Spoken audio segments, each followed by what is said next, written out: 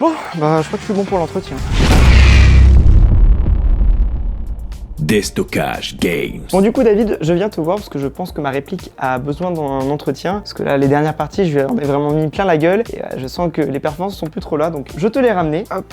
Écoute, on va voir ça. Alors il faut savoir que l'entretien c'est pas à négliger et ça se fait dès l'achat de sa réplique. Si on veut la garder au meilleur de sa forme, avoir les meilleures performances, c'est vraiment quelque chose à ne pas négliger. De plus, en faisant un entretien parfois juste visuel, un check visuel de la réplique, ça va nous permettre de déceler des petites failles, des petites pannes, quelque chose qu'on n'aurait pas forcément vu tout de suite et ce qui nous mettra pas devant le fait accompli une fois qu'on sera sur le terrain. Et aussi une bonne conservation de la réplique, c'est-à-dire dans un endroit sec, à l'abri de la poussière et de la lumière, parfois ça aide aussi au niveau de l'entretien. Écoute, moi, passer ces conseils-là, on va déjà regarder le matériel qu'il nous faut pour faire ça. Et ben on est parti.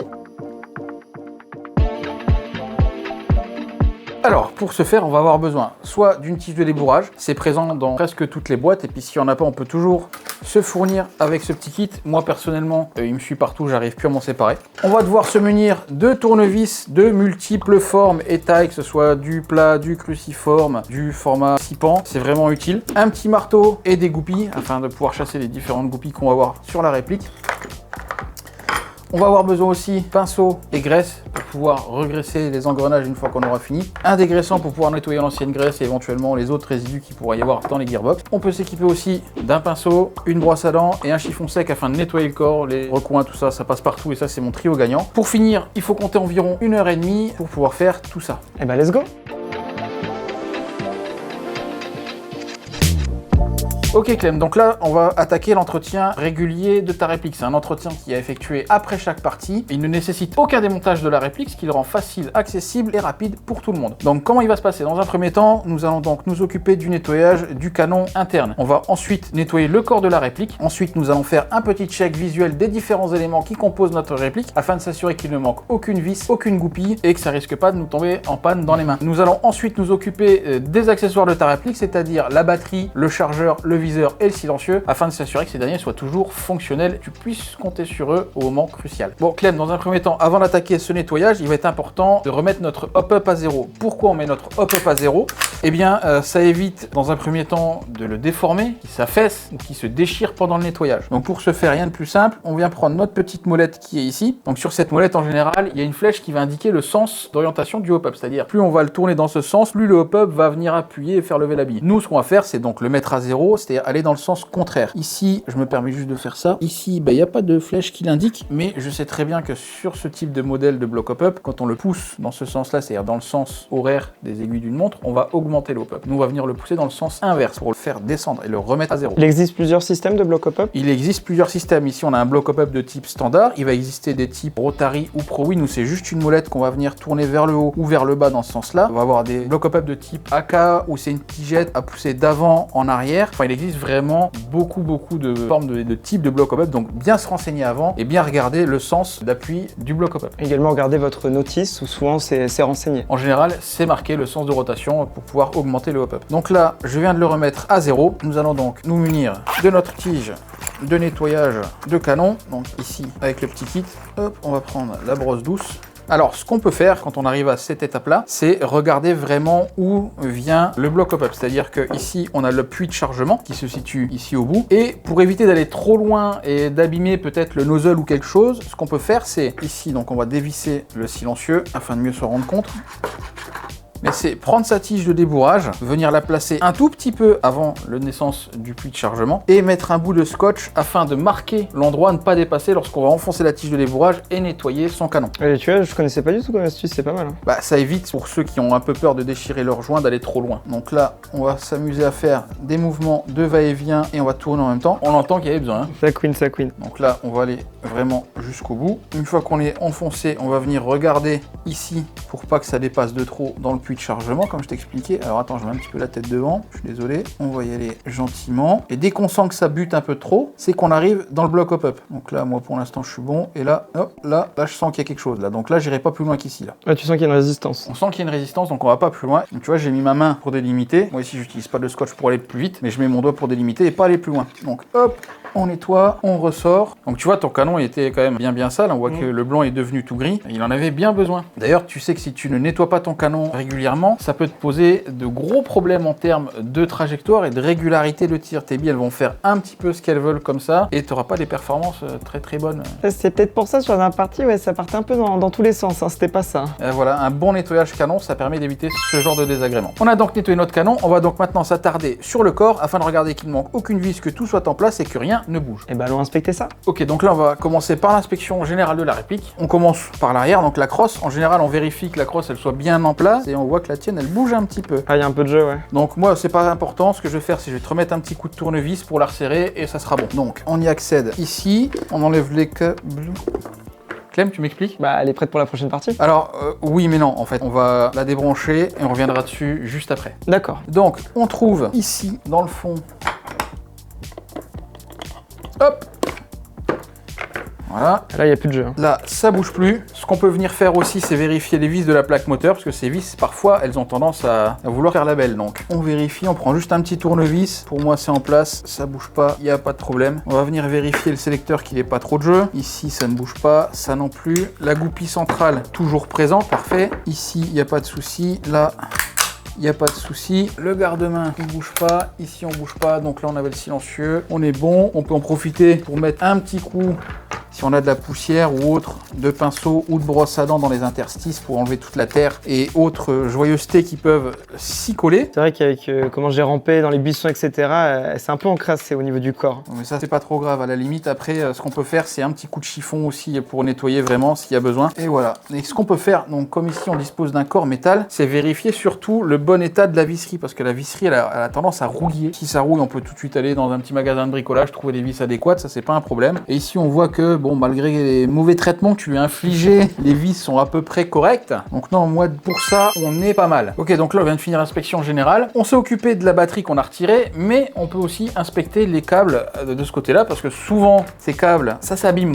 très rapidement. Et là, ce qu'on peut voir, c'est que, tu vois, j'ai un câble qui est un petit peu pincé. Donc jusque-là, rien d'alarmant en soi. Par contre, s'il aurait été dénudé, on aurait vu les câbles à nu. Là, il aurait fallu s'inquiéter, ça aurait pu causer des courts-circuits, te griller ta réplique, ton moteur, voire même ta batterie. Là, ça aurait été dangereux. Ouais, il faut mieux éviter. Est-ce qu'il y a quand même moyen de résoudre ça? Bien sûr, alors moi, je vais te montrer sur un petit bout de câble qui est pincé là, comment ça peut se résoudre. Donc, bon, écoute, je vais te reprendre la réplique. Vas-y, je te laisse faire. Donc, anatomie d'un câble pincé. On voit que notre câble, en fait, il est bien cylindrique jusque-là et que là, paf, il y a un plat ici à cet endroit-là. Donc ici, c'est symptomatique d'un câble qui est pincé. Donc, un câble qui est juste pincé, c'est pas très grave en soi. Il faut quand même faire très attention à ce qu'on ne voit pas les fils qui dépassent. Donc, comme je t'expliquais, ça peut causer des courts-circuits, endommager ta réplique, le chariot, enfin, ou le MOSFET si tu en as un, ou la batterie. On peut remédier à ce souci avec de la gaine thermo ici présente. Donc, j'en ai ramené tout un échantillon. De différentes tailles. Différentes tailles parce qu'on peut en avoir besoin pour autre chose. Un briquet pour pouvoir sécuriser la gaine thermo et une petite pince, un objet coupant pour pouvoir couper la gaine thermo à la taille dont on a besoin. Donc, on va choisir de la gaine par rapport à notre taille de câble. Ici, hop,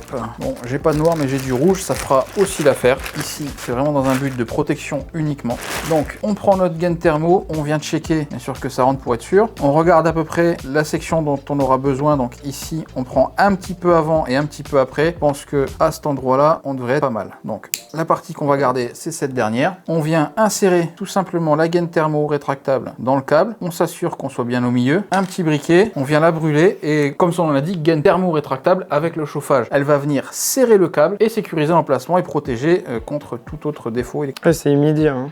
Et voilà, ton câble du coup maintenant, il est protégé. C'est un peu chaud. Et ben nickel, comme ça au moins vous avez un câble à de nouveau protégé, vous pouvez utiliser votre réplique sans souci. La gaine thermo, c'est vraiment un must-have dans l'airsoft puisque ça protège vraiment pour beaucoup de choses. Clem, donc après avoir vérifié tes câbles de réplique, ce qu'on peut faire, c'est vérifier les câblages de ta batterie puisque comme ta réplique était pincée, il y a peut-être des chances que ta batterie le soit aussi. J'espère que c'est pas le cas. On va faire un petit check visuel des câblages, donc les câbles ici et les câbles de la prise d'alimentation. Pour moi, ça a l'air d'être nickel. Bon bah tant mieux. Tant qu'on y est, on va aussi en profiter pour vérifier le taux de charge de ta batterie. C'est-à-dire que on va fournir un petit buzzer qu'on va venir brancher sur la prise d'équilibrage, donc les tétons dorés vers le haut. On va venir la brancher comme ceci. Petit tips à savoir, une batterie LiPo 11.1 ne doit pas descendre en dessous de 3,4 volts par cellule, tandis que les batteries LiPo 7.4 ne doivent pas descendre en dessous de 3,2 volts par cellule. Donc ici, on va vérifier. Dans un premier temps, le buzzer va nous donner la valeur globale de taux de charge de la batterie. Il va ensuite détailler cellule par cellule. 3 cellules, toutes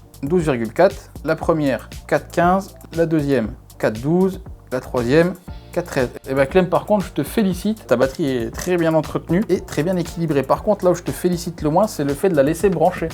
Il faut pas laisser brancher une batterie LiPo sur sa réplique. Ça peut causer des dommages à la réplique, à la batterie et accessoirement à ta maison. Ouais, on va éviter d'allumer le feu. Hein. Ouais, donc pour ce faire, en fait, débrancher la batterie après chaque partie et l'entreposer correctement. Pour l'entreposage, un petit sac inifugé, on vient la mettre dedans. On peut aussi s'en servir pour le chargement de cette dernière. Ça sécure encore plus. Ce qui est bien d'utiliser, c'est ce type de chargeur. Un chargeur intelligent. C'est un chargeur qui va se couper automatiquement en fin de charge. Il va permettre de charger les batteries NICD, NIMH, les batteries au plomb de ta voiture ou de ton scooter, de ta moto, de quoi que ce soit. Les batteries PO et les batteries LiFe. Tu vas avoir aussi une option de décharge, de balance, pouvoir équilibrer toutes les cellules et ça, vraiment, c'est top. C'est quand même des modèles assez avancés. C'est des modèles qui sont assez avancés mais qui sont vraiment primordiaux au bon fonctionnement de nos répliques et de nos batteries. Mais écoute, je pense que je vais en acheter un pour la prochaine fois. Ça permettra d'allonger la durée de vie de mes batteries. Nous allons donc passer maintenant au reste des accessoires. On va repasser sur ta réplique et on va regarder les autres accessoires. Donc là, tant qu'à faire, tiens, il est là, on va s'occuper donc du viseur. Première chose à faire, petite inspection visuelle, histoire de voir que tu n'as pas pris de billes dans les verres de ta réplique et que ces derniers sont toujours dans un état correct. Donc ici, on est pas mal. Ce qu'on pourrait faire aussi ici, c'est prendre le petit chiffon qui est fourni dans la boîte et nettoyer un petit peu les carreaux. Là, je vais voir tout de suite si tu as fait la même boulette qu'avec ta batterie, c'est-à-dire est-ce que tu as laissé les piles dedans? Je crois que oui. Hein.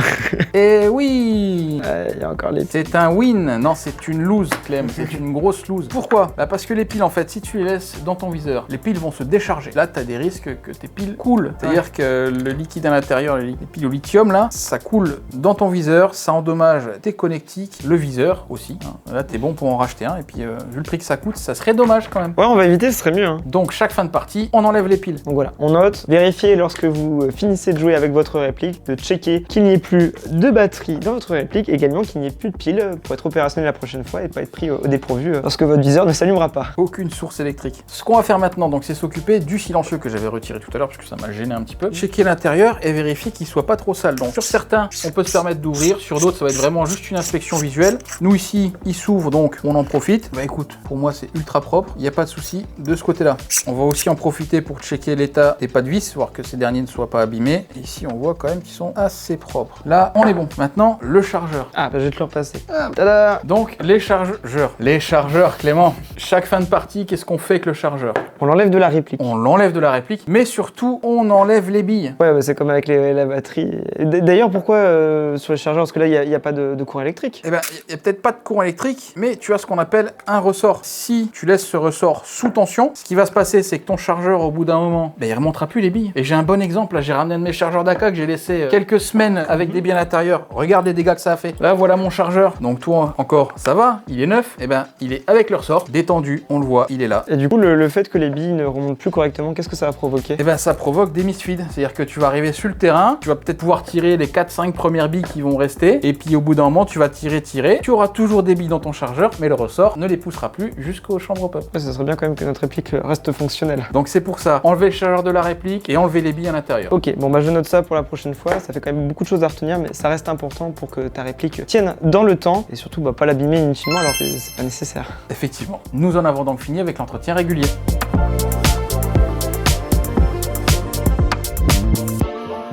Nous allons donc rentrer dans le vif du sujet en effectuant ce qu'on appelle entretien annuel. Bon, on dit entretien annuel, mais il faut prendre en compte votre fréquence de jeu, le climat dans lequel vous évoluez et surtout l'utilisation que vous faites de votre réplique. Donc ces étapes-là seront peut-être à faire avant si on trouve ça nécessaire. S'il est nécessaire de l'effectuer avant, effectivement. Pour ce faire, nous allons donc effectuer un démontage complet de la réplique. Cependant, attention, si vous ne vous sentez pas de le faire, je vous invite à vous rapprocher d'un professionnel local ou national. Donc, pour effectuer cet entretien, nous aurons donc besoin de démonter la réplique entièrement afin d'accéder au bloc hop-up canon pour pouvoir vérifier que le joint n'est pas trop usé. S'il est usé, le cas échéant, le changer. Nous allons donc aussi ouvrir la gearbox afin de vérifier tous les éléments en effectuant un petit check visuel, vérifier que les engrenages ne soient pas trop usés, qu'elles ne manquent pas trop de graisse. Effectuer aussi un test de la seringue afin d'effectuer que l'étanchéité soit toujours présente. Le cas échéant, effectuer un petit changement de joint ou en ajoutant un peu de téflon. C'est magique ce petit produit. Une fois tout ceci effectué, on procédera donc au remontage et tu seras reparti pour un an. Et ben on est parti pour faire tout ça. Nous allons donc séparer la réplique en deux pour pouvoir accéder à l'ensemble bloc canon. Pour ce faire, nous allons donc chasser la goupille avec un petit chasse-goupille. Parfois, il est nécessaire de s'équiper d'un tournevis. C'est une goupille qui va être vissée. Donc nous, dans notre cas, c'est pas ça. On va prendre donc notre petit chasse-goupille. On choisit bien la bonne taille appropriée. Et je dirais que c'est celui-ci. Un petit coup de marteau dessus sans trop forcer. Normalement, ça devrait venir tout seul, ce genre de goupille. Voilà. une fois qu'on l'a chassée, on va venir la récupérer de ce côté-là et tirer dessus. Alors, tu vois, on fait attention, des fois, il y a des petits tétons de rétention, donc on tire pas trop fort pour éviter de le faire sauter, parce qu'il est maintenu par un ressort dans cette partie-là, et si ça, on le perd, ça va être très compliqué de le faire tenir par la suite. Bon, on va éviter de le faire du coup. Ouais, on va donc maintenant venir faire coulisser le corps vers l'avant. On n'oublie pas de tirer le levier d'armement, parce que sur les gearbox, qu'est-ce qu'on a le plus souvent? On a un petit téton là, tu le vois? Ah oui, je le vois. Ouais. On fait attention que le levier d'armement ne se prenne pas dedans, sinon on va détendre le ressort, et ça c'est pareil, c'est pas ce qu'on veut. Donc hop, on fait coulisser, et voilà. Donc on va mettre l'arrière de côté et on va venir s'occuper de notre ensemble bloc hop-up canon joint. Donc on le retire en arrière, tout simplement, en faisant attention, parfois on a un petit ressort qui se situe ici, ou dans notre cas il est sur le bout. Donc ce petit ressort il va venir servir à caler le bloc hop-up, d'avoir un parfait alignement avec le puits de chargeur. On fait attention à ne pas le perdre. Pour l'instant on n'en a plus besoin. Allez, je te pose là. Donc là on a notre ensemble bloc canon et joint. On va donc procéder à un petit check visuel afin de voir si ton joint hop-up a besoin d'être changé. Donc moi je vais mettre le hop-up à fond, tourner dans le vide. Et on voit que malheureusement, l'appui, c'est plus trop ça. Hein. Donc c'est vrai qu'effectivement, on voit bien que l'appui ne se fait pas correctement. Là, il est pas très marqué. Et pourtant, je suis à fond. Hein. Ah oui, t'es à fond là? Là, je suis à fond. Là. Ouais, effectivement, je pense qu'il y a besoin de le changer. Hein. Donc, on va effectuer un petit changement de joint hop-up. Ok, bah comment on procède du coup? Pour accéder au joint, on va venir se munir d'un petit outil. Moi, j'utilise un petit couteau courbé et on va venir se mettre dans la fente présente ici. Hop, on va faire un effet de levier et on va pousser tout en maintenant parce que cette petite pièce en plastique est très fragile. Elle peut casser et elle peut s'envoler. On va éviter. Hein. Tout doucement, tu vois. Donc, le petit clips, le voilà, le coquin. Ensuite, ce que nous allons faire, nous allons donc maintenant juste prendre notre canon et tout simplement tirer dessus en faisant un quart de tour de chaque côté, de droite à gauche, pour faire coulisser le joint correctement et éviter de l'arracher, même s'il est usé. Donc on va juste vérifier, tu vois, ouais, ton œuvre, regarde, ton œuvre, comment il était sorti. Ouais, effectivement, on voit bien le nub qui est bien ressorti à l'intérieur, alors que le joint, par contre, lui, ne faisait pas autant effet. Le joint, non, lui, il était aux abonnés absents. Donc le joint, on voit que ta fenêtre est vraiment très très marquée. Donc on sentait que ça appuyait quand même dessus. Hein. Ouais, je mettais pas mal d'effets au pop pour le coup. Donc on va venir le démonter, on recule la petite bague de centrage, pas besoin de l'enlever, et on va venir tirer le joint vers l'arrière. On va checker, en fait voilà, ouais, t'as plus d'appui, voilà, appui absent. Donc on va procéder au changement du joint. Moi ce que je fais avant de changer le joint, à chaque fois, j'essuie un tout petit coup le canon pour enlever les impuretés, les graisses. Tu te rappelles tout à l'heure, nous avons donc nettoyé le canon, ça n'empêche pas quand même de revérifier un petit coup la propreté de ce dernier. Ici on est vraiment nickel. Donc hop, on nettoie et on va donc réinstaller le nouveau joint. Ah là, le nouveau joint en question. J'ai pris le même modèle vu qu'il fonctionnait bien quand il était neuf. Parfait, donc on a donc notre rainure qui est ici, la rainure présente dans le joint. Ouais, je le vois à la rainure. Ouais. Et ben c'est pas compliqué, on va venir faire coïncider ces derniers et le faire glisser jusqu'au bout. Alors parfois c'est un peu dur, donc moi ce que je fais, on va prendre notre petit pinceau, un tout petit peu de gras. J'en ai sur le bord de la boîte là, tu vois, vraiment un tout petit peu. Et on va venir en appliquer ici et là, et surtout pas là. Mais surtout pas dans la fenêtre. Surtout pas dans la fenêtre. On vient en appliquer autour, mais surtout pas dans la fenêtre. Ça va nous permettre de faire coulisser le joint un petit peu mieux, de le mettre en place bien plus efficacement. Donc on reprend le joint, la rainure sur la rainure, et regarde, hop, tout seul. Ah, ça coulisse tout seul. On vérifie que le joint soit bien centré. Avec mon doigt, je viens appuyer un tout petit peu pour vérifier que le bourrelet est bien centré dans la chambre. Là, on est pas mal. Et on va venir réassembler le tout. Donc pour réassembler, on va venir baisser. Le nœud, il s'est sauvé. Ça arrive souvent pendant ces étapes-là. Ça arrive souvent, oui. Donc pas de panique, on se munit d'une petite pince à épiler. On vient remettre le nœud en place. Voilà. Donc j'ai réussi à le réinstaller dans son emplacement. Et là, du coup, t'as mis le hop-up à 0. Donc là, le hop-up est à 0. On le voit plus dépasser. Donc c'est vraiment plat de chez plat. Ensuite, on garde donc le bloc hop-up avec le puits de chargement vers le haut. On vient prendre notre canon et notre joint avec la rainure toujours vers le haut. On va venir enfiler tout doucement en faisant des droites-gauche. Donc une fois qu'on en est à cette étape-là, il nous reste bien centrer le canon, venir remettre notre petit clips. Qui permet de sécuriser le canon et qu'il ne bouge pas. Effectivement. Et venir remettre la bague de centrage. Comme ça, tout est bon, rien ne bouge plus. Voilà donc, hop, on est pas mal. Je fais un petit check visuel pour vérifier que l'appui hop-up est bien présent. Bah là, tu vois, juste, on est à quoi? On est à un quart de tour. Ouais, on est à un quart de tour et regarde du coup ton appui là. Effectivement, là, on voit vraiment une différence marquante. On voit vraiment la bosse et que c'est pas juste un rond et qu'il y a vraiment un plat en plus. On va vérifier, on va le mettre vraiment à fond. Et ouais, on voit qu'il y a vraiment un gros appui. Donc de ce côté-là, on est pas mal. Voilà, donc on a donc remplacé le joint hop-up. À savoir, après chaque remplacement de joint hop-up, il va y avoir un petit rodage à faire. Donc on va compter environ 500 billes. Pour le changement des joints, en fait, on conseille de faire cette étape au moins une fois par an sur les AEG, on va dire classiques. Et ça peut monter jusqu'à 2 fois par an pour les batteuses. Comme les batteuses voient passer beaucoup de billes, le joint va s'user beaucoup plus rapidement. C'est vrai que c'est une utilisation plus soutenue. Effectivement. Aussi, pendant les températures, on va dire négatives, le joint va avoir besoin de chauffer un petit peu. Donc n'hésitez pas à tirer quelques billes avant de pouvoir utiliser votre joint et avoir les performances optimales pour ce dernier. Bon bah merci pour toutes ces astuces David. Et du coup, quelle est la prochaine étape? Et bien la prochaine étape, on va s'occuper de la gearbox. Une grosse boîte là. Bah c'est parti pour démonter tout ça. Nous allons donc nous attaquer au gros morceau, la gearbox. Donc pour y accéder, on va s'équiper des outils nécessaires. Donc dans notre camp, on va avoir besoin de chasse-goupilles, tournevis cruciforme, un tournevis plat et un petit tournevis en 2 mm, je pense, format 6 pans. Allez, on y accède? Allez, c'est parti. Hop, on va venir démonter, donc dans un premier temps, la crosse. On va mettre la vis de côté. On va venir vérifier en faisant attention au câblage. Hop. Ici, on va avoir besoin d'un tournevis cruciforme. Hop. On vient dévisser. Pareil, on va mettre ça de côté. Ensuite, on va venir retirer dans un premier temps la poignée moteur. Donc, vis cruciforme. On retire les 2 vis des 2 côtés de la plaque.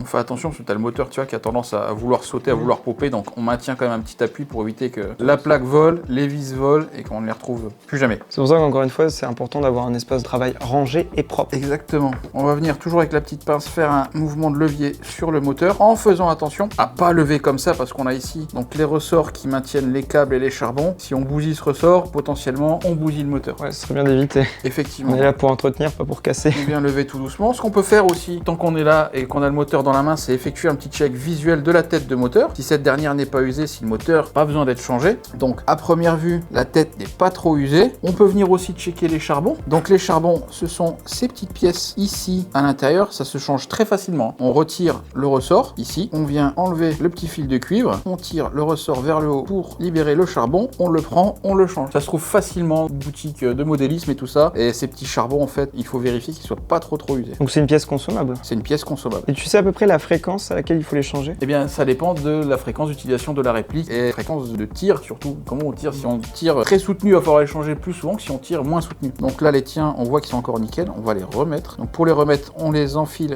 donc dans leur logement. On vient prendre le petit câble ici et le placer, je vais y arriver, en dessous ici. À l'aide du ressort de maintien, on vient le réappuyer contre le ressort et à la main ou à la pince, on vient maintenir le petit câble de ce côté-là. Attention, les charbons, il y en a 2, donc on vérifie bien les 2. Pas besoin de les sortir pour les vérifier. Visuellement, il suffit juste de regarder qu'ils soient pas trop enfoncés. Ici, on voit qu'ils sont encore quasiment tout neufs, donc parfait. Donc le moteur, on est bon. On continue l'extraction de la poignée moteur. Donc on enlève les vis à l'intérieur. Elles sont au nombre de 2 dans notre cas. Parfois il y en a 2, parfois il y en a 4. Pourquoi des fois il y en a qui en mettent que 2? Ça dépend des constructeurs. Ça dépend vraiment des constructeurs. Donc c'est à la taille du surmulot quoi. Exactement.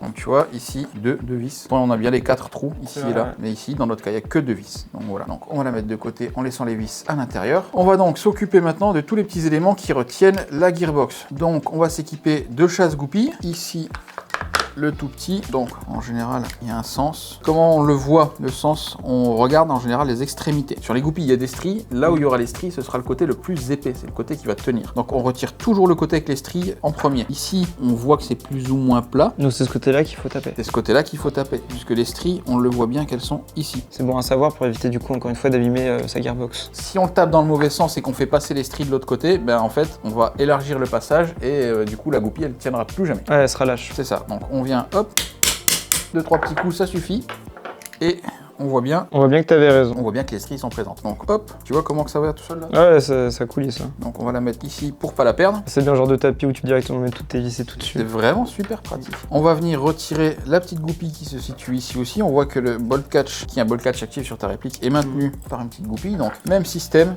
sauf que là on n'a pas de strie. C'est un peu au petit bonheur la chance. On va venir taper d'un côté et vérifier. Et bien tu vois, il n'y a même pas besoin de taper. Ouais, elle est sortie toute seule. Celle-là est sortie toute seule. Donc hop, on vient la prendre. On va la mettre de côté aussi. On va venir retirer donc le bolt catch. Rien de plus simple, on le prend, on tire dessus. On va venir retirer le bouton d'éjection du chargeur. Donc pour ce faire, ici dans notre cas, petite clé 6 pans de 2 mm. Parfois c'est un tournevis cruciforme. Il faut venir faire sortir ici, de ce côté-là, l'arrêteur de chargeur et le tourner. Ça dépend vraiment aussi des constructeurs. Donc bien faire attention à ce petit détail-là. Donc là, on voit qu'il y a une toute petite vis dedans. Donc il faut aussi du coup prendre en compte avant d'effectuer votre démontage, renseignez-vous bien sur votre modèle et les particularités qu'il peut avoir. Au démontage, effectivement, ça peut éviter bien des soucis et parfois éviter un démontage démontage qui n'est pas complet parce qu'on n'a pas les bons outils, reprendre plus tard et se rendre compte qu'en fait on a perdu des petites pièces. Donc le petit ressort, idem de côté, et l'autre partie de l'arrêtoire de chargeur, on va le mettre avec. Il nous reste donc plus qu'une étape, c'est enlever cette goupille. Donc on vient un petit chasse-goupille, quelques petits coups de marteau dessus, on vient la prendre de l'autre côté et on la tire. On voit aussi ici que sur ton modèle à toi, ce sont des goupilles prisonnières, c'est-à-dire qu'elles ne se retireront pas. Donc, au moins comme ça, je les perds pas. Au moins tu ne les perdras pas.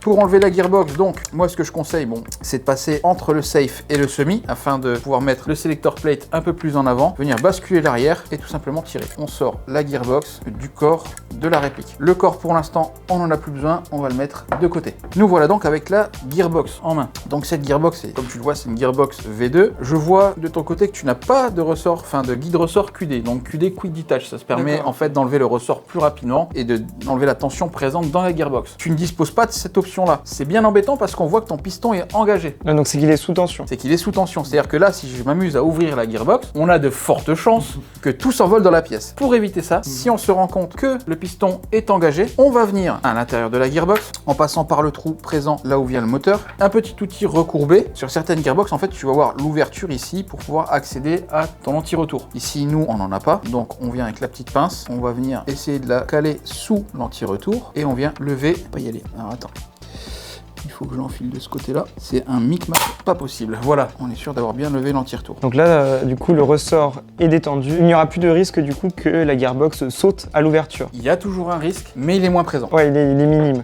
Donc voilà, pour réussir cette astuce, il faut en fait réussir avec du coup un outil à aller prendre l'anti-retour et le défaire pour en gros relâcher la tension. Juste venir le lever. Donc moi j'utilise donc soit un petit outil recourbé, une petite clé Allen, ça passe. Parfois comme je t'expliquais, on a donc l'ouverture qui est présente de ce côté de la gearbox ici pour pouvoir venir avec toujours un petit outil, un petit tournevis, lever l'anti-retour et libérer le ressort de sa tension. Donc maintenant qu'on a libéré la tension du ressort, on va pouvoir faire un petit check visuel du calage, puisque c'est une chose à ne pas négliger. Donc on va venir avec un petit outil, on met la gearbox à plat et on vérifie le calage des engrenages. Ici, on voit qu'on est pas mal. Sur celui-là, on voit qu'on est vraiment pas mal. On va venir faire ça de l'autre côté et on voit qu'on est vraiment bien. Donc c'est cool ça, s'il est déjà le calage d'origine. Et ça, parce que moi de mon côté, j'ai jamais effectué le calage niveau calage, là, de ce côté-là, on n'aura pas besoin de s'inquiéter, on va tout laisser comme ça en faisant bien attention au démontage. Donc pour le démontage, on s'équipe, nous dans notre cas, une petite clé Allen, j'irai du 2. Est-ce que tu as le compas dans l'œil? Eh bah oui. Oh punaise, je le comme pas dans l'œil.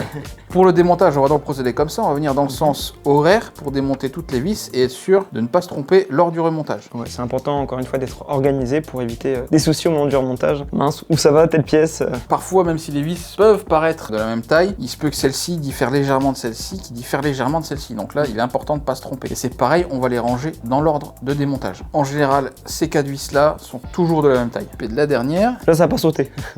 C'est le principal. Donc, toujours dans une optique de sécurité, on va garder la main sur la gearbox. On va s'aider donc du trou qui est présent de ce côté-là pour maintenir tout ensemble. On va venir y insérer un petit tournevis, quelque chose d'assez dur, assez rigide quand même, pour pouvoir bloquer le guide ressort et éviter que ce dernier il saute lors de l'ouverture. On va venir prendre un petit outil pour ouvrir la gearbox. Donc toujours moi armé de mon fidèle couteau t'es inséparable. Recourbé. Je vais venir insérer devant le nozzle et faire un effet de levier. En même temps que je fais cet effet de levier, je vais venir faire effet de levier comme ceci sur le guide ressort afin d'éviter que celui-là il saute. Donc hop, on l'ouvre tout doucement, on prend son temps, on check parfois, les engrenages ils peuvent rester bloqués dans les bearings, dans les bushings. Donc ce qu'on peut faire quand c'est comme ça, on vient appliquer une légère pression sur ces derniers, hop, on soulève, on vérifie visuellement qu'ils restent bien en place.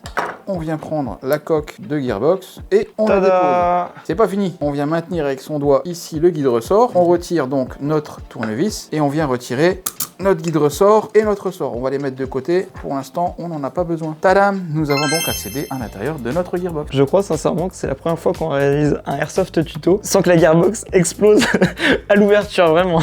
Là, c'est une œuvre d'art. Donc on va faire juste attention à une chose, Clément, tu vois ici on a nos petits chimes qui se sont fait la malle, donc on voit qu'il y en a un qui est tombé sur l'engrenage, on va venir le récupérer et le remettre à sa place, hop, et on voit qu'il y en a d'autres qui sont restés sur la coque de gearbox. Donc on va venir le récupérer, hop, il n'y en a pas qu'un d'ailleurs, et on va venir les remettre à leur place aussi. Voilà. Une fois qu'on en est là, on va donc procéder à l'étape de dégraissage, regraissage, mais avant, il faut s'équiper en conséquence. Bah petite ellipse et on se retrouve juste après. Nous voilà donc maintenant avec notre gearbox ouverte. Bon, ce qu'on peut constater, c'est qu'elle est pas trop sale. Par contre, je trouve personnellement qu'elle manque un petit peu de graisse. Ce qu'on va faire, c'est qu'on va venir enlever l'ancienne graisse en dégraissant complètement la gearbox et ses éléments, venir en appliquer de la nouvelle d'une façon un petit peu plus homogène et plus adaptée. À savoir quand même qu'il faut faire ça normalement dès la réception de votre réplique parce que d'origine, les constructeurs ont tendance à trop en mettre pour qu'elle tienne le coup lors du transport et du stockage. Effectivement. Donc là, on commence par quoi, David, pour Eh bien, on va venir déjà retirer tous les éléments qui composent la gearbox. Hop, on va retirer le piston, hop, on va retirer les engrenages. On fait attention que tous les shims soient bien présents sur ces derniers. Le cas échéant, eh bien, on vient avec la petite pince les récupérer et les réinstaller. Avec les doigts, ça marche aussi. L'anti-retour et son petit ressort, on fait attention à ne pas le perdre. On est bon. On vient enlever la détente et son ressort. On vient enlever le ressort du chariot. On va venir dévisser le safety lever, la vis de côté. Hop, safety lever et le ressort, il y a un ressort dessus. On vient récupérer l'autre moitié du safety lever qu'on va rassembler avec la première. On va venir retirer le contacteur et les câblages. Il y a une petite vis à dévisser. Hop, on fait attention à pas abîmer les câbles. Donc ça, on peut le mettre de côté, donc avec le ressort et la vis. On peut donc maintenant laisser ici le cut-off lever. Il est en métal, il risque rien avec les produits. Donc là, on va venir retirer le ressort du selector plate. Hop. On va le mettre de côté, tiens, avec le petit, tu vois, il saute beaucoup lui. Et on va venir retirer donc le selector plate. Hop. On vérifie, on peut faire un petit check visuel aussi en même temps de lui, voir s'il n'est pas trop usé, donc ça m'a l'air d'être pas mal. Et on va donc attaquer le dégraissage et le regraissage. Donc pour ce faire, rien de plus simple, on se met au-dessus d'un récipient, un bac. Donc moi, dans mon cas, j'ai ramené une petite poubelle. Je vais m'écarter également. On s'équipe d'un produit dégraissant. On vient prendre les coques de la gearbox et on asperge généreusement le produit dessus, en faisant attention aux yeux et aux vêtements. C'est pour ça que tu as mis un tablier. Exactement. Si besoin, on n'hésite pas de prendre une petite brosse à dents pour venir dans les coins pour gratter. Parce qu'on vient pas non seulement dégraisser, mais on va venir aussi nettoyer la gearbox des impuretés qui peuvent y avoir à l'intérieur. Petit copeau de métal ou autre chose de ce genre-là. Encore un petit peu de gras là. On va l'enlever. Et un petit peu de saleté de ce côté-là. Hop, un dernier petit coup pour rincer et on sera pas mal. Voilà, première coque de gearbox toute propre. Donc ce qu'on va faire, on va venir quand même essuyer les produits qui restent dessus. Un petit chiffon sec, hop, intérieur-extérieur bien sûr. Et là on voit qu'on a une gearbox flambant neuve, toute brillante, toute belle. On va juste répéter l'opération, un petit peu de produit, un petit coup de brosse à dents pour enlever, tu vois, les 2-3 impuretés qu'il y a là, ici, enlever les 2-3 traces de gras et on repartira sur un graissage correct. Tu vois, vraiment là où il faut insister, ça va être vraiment tout ce qui va être rail, trou, interstice. Il y en a beaucoup dans les gearbox. Il y en a beaucoup. Donc c'est là où la brosse à dents est utile avec toutes ces petits poils pour aller chercher du coup les recoins. Effectivement, un petit plus, si vous prenez la brosse à dents de la belle-mère, c'est plus 50 en agilité et plus 100 en charisme. Hop, on vient vérifier aussi un petit coup l'extérieur au cas où. Voilà, donc toujours pareil, un petit chiffon sec. On va venir éponger le reste de produits qu'il y a dedans, extérieur, intérieur. Alors, il faut quand même faire très attention, ce sont des produits qui sont solvants, c'est-à-dire qui vont être très volatiles dans l'air. Faire ça dans une pièce bien aérée. Ça, dans le studio de vidéo, il y a quand même de la place. Hein. Il y a de la place et on a une ventilation qui fonctionne très très bien, donc ça c'est hyper pratique. Et du coup, ce sont des produits qui vont sécher quand même assez rapidement, mais un petit coup de chiffon, c'est quand même bien pour enlever vraiment tout ce qui est en trop le surplus. Donc nous voilà avec nos deux coques ultra propres. On va maintenant s'attaquer rapidement aux engrenages. Bon, on voit qu'ici, ils sont pas très très sales. On va venir quand même appliquer un petit peu de produit, un petit coup de brosse à dents. Comme on a laissé les shims, on fait bien attention à ce qu'ils se sauvent pas, c'est-à-dire on va les maintenir par leurs axes. Et on va venir asperger un petit peu de produit, un petit coup de brosse à dents sur le dessus, sur le dessous. Idem, un petit coup de chiffon sec. On vérifie que les shims soient toujours en place. Parfait. Premier engrenage nettoyé. Et on va répéter l'opération avec les 3 engrenages. Les shims sont toujours là. Donc là, sur cet engrenage-là, on va venir particulièrement insister sur les dents. Comme il y a 2 rangées, on veut enlever toutes les impuretés, toutes les saletés qui auraient pu s'y glisser. Éventuellement enlever la vieille graisse pour pouvoir en remettre de la nouvelle. Là, un petit coup de chiffon. Les shims toujours en place. On essuie correctement. Et voilà nos 3 engrenages de propre. Nous allons donc passer maintenant à l'étape du regraissage de la gearbox et des engrenages. Donc pour ce faire, on se munit un petit pinceau et de la graisse. C'est quoi comme graisse Alors, c'est de la graisse au lithium. Cette graisse, elle est spécialement conçue pour les roulements essieux, moyeux, glissières, enfin bref, toutes les pièces en mouvement. Ça permet de maintenir nos pièces métalliques dans une excellente forme. Eh ben, let's go. Hop, et bien regarde, on a plein de graisse dans le pot. On n'aura pas besoin de plus là. Okay. On va venir en prendre un petit peu. On en applique dans le rail. On l'applique devant et derrière. Donc là, ça va être pour les mouvements du piston. Là, c'est pour les mouvements du piston. Mais c'est pas tout, parce qu'on a une coque là, mais on a aussi une coque là. Donc, ce qu'on vient faire, on vient faire exactement la même chose de l'autre côté. Donc, le fait d'appliquer de la graisse va pouvoir limiter la friction et l'usure, et du coup avoir encore une fois des cycles parfaits, donc optimal au niveau des performances. Effectivement, Gaston. On va venir en appliquer donc ici sur cet engrenage, puisqu'il va être en contact principalement au niveau du bas sur le coque de gearbox. Et pour éviter qu'il s'use en bas, eh ben on vient appliquer un petit peu de graisse. Donc ça sert à rien de trop en appliquer. On veut pas non plus que ça encrasse la gearbox, les contacteurs, et que ça donne l'effet inverse de ce qu'on souhaite. C'est-à-dire une gearbox qui cycle mal et qui ne fonctionne pas correctement. Donc il faut y aller avec parcimonie. On va pouvoir revenir directement replacer l'engrenage, vérifier que ça tourne correctement. Nickel. Parfait sur le dessous, mais moi je vais quand même remettre un petit peu ici, puisque c'est quand même une partie qui sera en contact potentiellement avec la gearbox, même si normalement on le devrait pas trop. Avec le calage, ouais. Ouais, mais pour éviter que ça s'use, si jamais, on vient en appliquer quand même. Hop. On va venir en appliquer aussi sur cette partie de la gearbox, donc là, c'est là où il y aura le dessus. Voilà, on va venir en appliquer ici. Donc oui, les points de friction importants restent du coup au niveau du piston et des engrenages. Exactement, on va venir en appliquer aussi ici. Et moi, ce que je fais parfois pour aider un petit peu le moteur, j'en applique un tout petit peu là. Donc là où le pignon moteur va rentrer en contact avec le bevel gear. Exactement. Bevel gear, du coup, c'est l'engrenage situé le plus bas au niveau de la gearbox. On fait ça des deux côtés. Ce qu'on peut faire aussi, on peut mettre un petit peu de graisse là où il va y avoir le tappet plate. Certains diront oui, certains diront non, j'en applique toujours. Mieux vaut trop que pas assez. On va vraiment venir déposer une fine couche, puisque c'est vraiment pour faire coulisser le tappet plate correctement. Comme disait un grand homme, le gras, c'est la vie. Et le beurre, c'est le bonheur. Effectivement. On a donc graissé notre gearbox, mais il va falloir maintenant graisser les engrenages. On vient donc les placer un par un et y ajouter un petit peu de gras, toujours pareil, au point de friction. Sur celui-là, on est bon. On va venir en appliquer ici, donc là où va venir le pignon du moteur. Pas besoin d'en mettre sur toute la surface. On remplit quelques interstices, le moteur viendra faire le reste. Soit après, quand la réplique sera en train de cycler, elle permettra de diffuser la graisse sur les endroits nécessaires. Effectivement, le gras il ira par là. On va venir en mettre un petit peu ici, un petit peu là où l'anti-retour va venir aussi, puisque c'est un point de friction important. On va venir le déposer, le faire tourner un petit peu histoire de... On est tout bon, ça cycle bien. On va venir en mettre sur le dernier engrenage. Alors lui c'est particulier, il a deux rangées dedans, donc on va en mettre sur la principale ici. Pareil, pas partout, puisque quand la gearbox va cycler, en fait, elle va se diffuser partout. Hop, là on est bon. On va venir en mettre ici aussi, là où le piston va venir s'engager. On va faire tourner les engrenages pour que la graisse elle aille bien sur toutes les dents. C'est vrai que comparé à tout à l'heure, là on voit quand même qu'il y a plus de graisse. On voit qu'il y en a plus. Et surtout elle est pas sec. Elle est pas sèche. Voilà, donc on vient donc de finir le graissage de la gearbox et les engrenages. On peut faire un petit test déjà de voir ce que ça donne, et on voit ici que le mouvement est extrêmement fluide. Bon, au niveau du calage des engrenages, pas besoin de le faire puisqu'on avait vu tout à l'heure qu'il était assez bon. On va donc s'attarder sur la partie pneumatique. Donc pour le check de cette dernière, c'est pas compliqué, on va faire ce qu'on appelle le test de la seringue. Pour le test de la seringue, rien de compliqué. On prend donc notre ensemble pneumatique comme ça, on vient prendre le nozzle, le tappet plate, le tourner vers la droite ou vers la gauche, peu importe. On vient sortir le piston, on vient boucher avec son doigt le nozzle et on vient effectuer une poussée du piston dans le cylindre afin de vérifier la compression de ces derniers. Et on voit là ici chez nous que en fait on a une étanchéité qui est assez bonne. Il se peut parfois qu'il y ait des fuites, donc on va pouvoir s'amuser à changer soit le nozzle pour un nozzle avec un joint torique, ou soit si on n'a pas la pièce, ce qu'on peut faire, et s'il y a des fuites au niveau de la tête de cylindre, c'est s'équiper de téflon. Et là tu vas me dire, mais David, qu'est-ce que la bande téflon? Et ben le téflon c'est une petite bande qui ressemble à ceci. On peut en trouver où de ça? Tous les bons magasins de bricolage.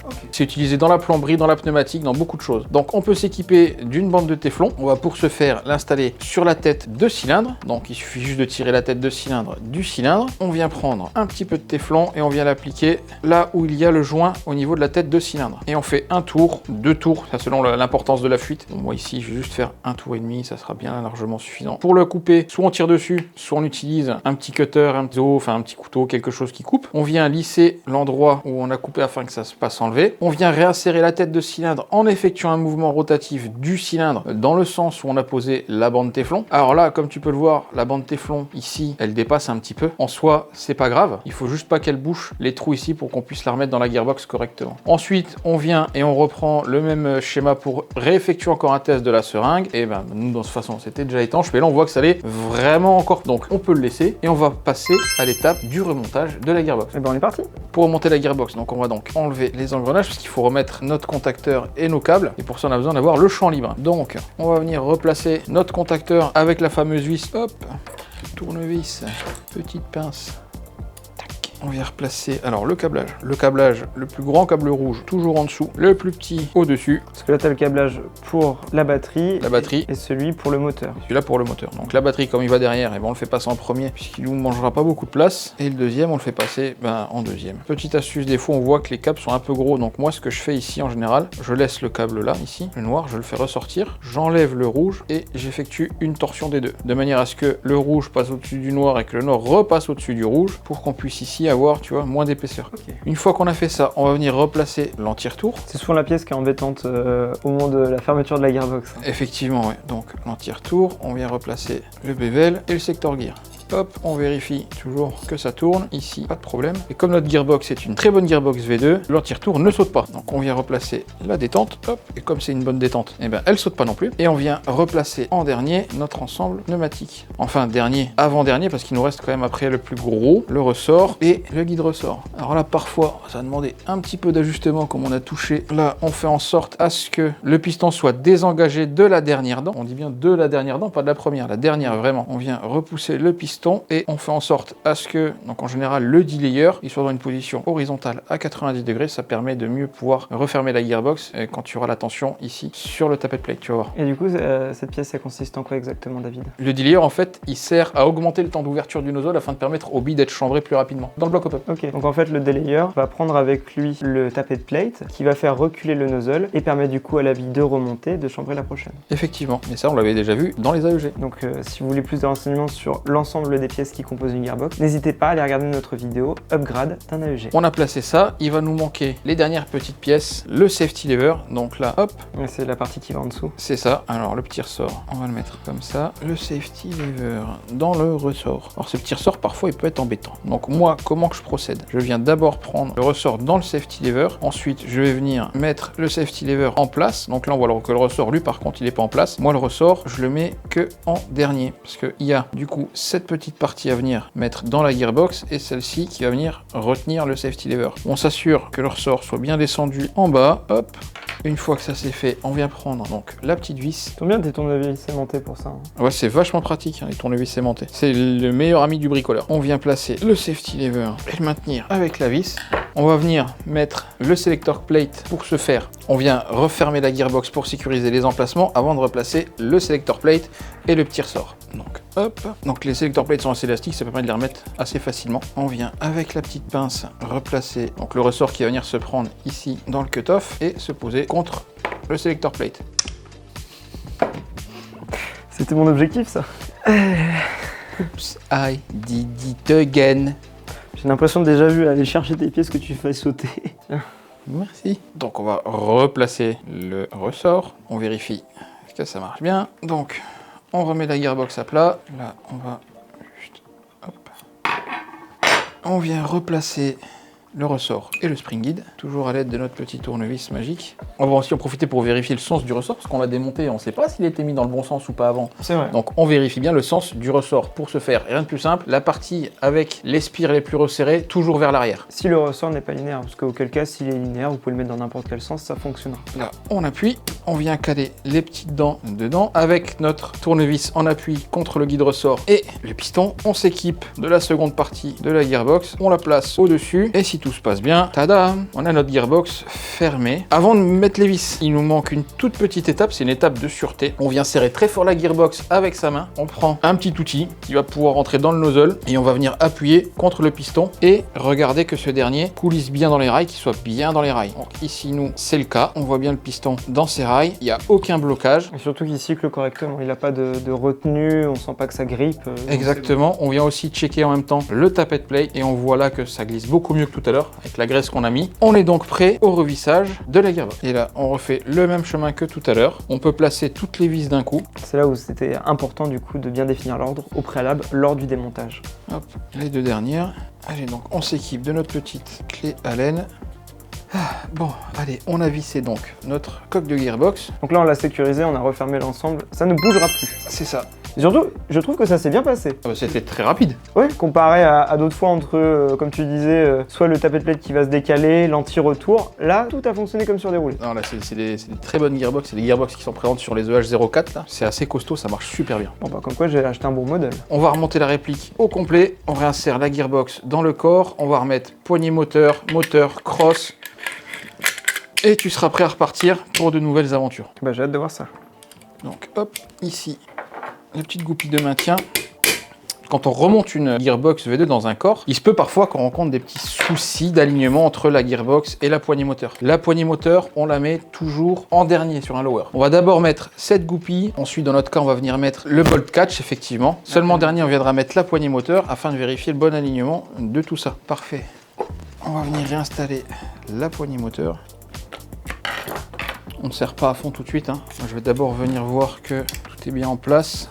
Non, ça ne sert à rien de forcer parce que c'est le meilleur moyen de tout casser. Voilà, de niquer votre filetage et de vous retrouver avec la poignée moteur dans une main et la gearbox dans l'autre. On est pas mal. On vient placer les câbles pour pouvoir remettre le moteur. Alors, parfois les câbles, il faut les mettre tous du même côté, c'est-à-dire tous en bas. Parfois, il y en aura un en bas, un en haut. Dans notre cas, c'est les deux câbles vers le bas de la poignée. Parce qu'il arrive souvent qu'il y a un câble plus long que l'autre et qu'il est obligé de faire un gap pour pouvoir placer correctement le moteur et surtout pas que les fils ne se prennent pas dans la tête du moteur et on se retrouve avec, encore une fois, un câblage qui est dénudé, voire sectionné. Une réplique qui potentiellement prend feu. Ouais, on va éviter. Ça serait bien. Ouais, j'aimerais bien jouer avec et qu'elle fasse pas trop d'étincelles.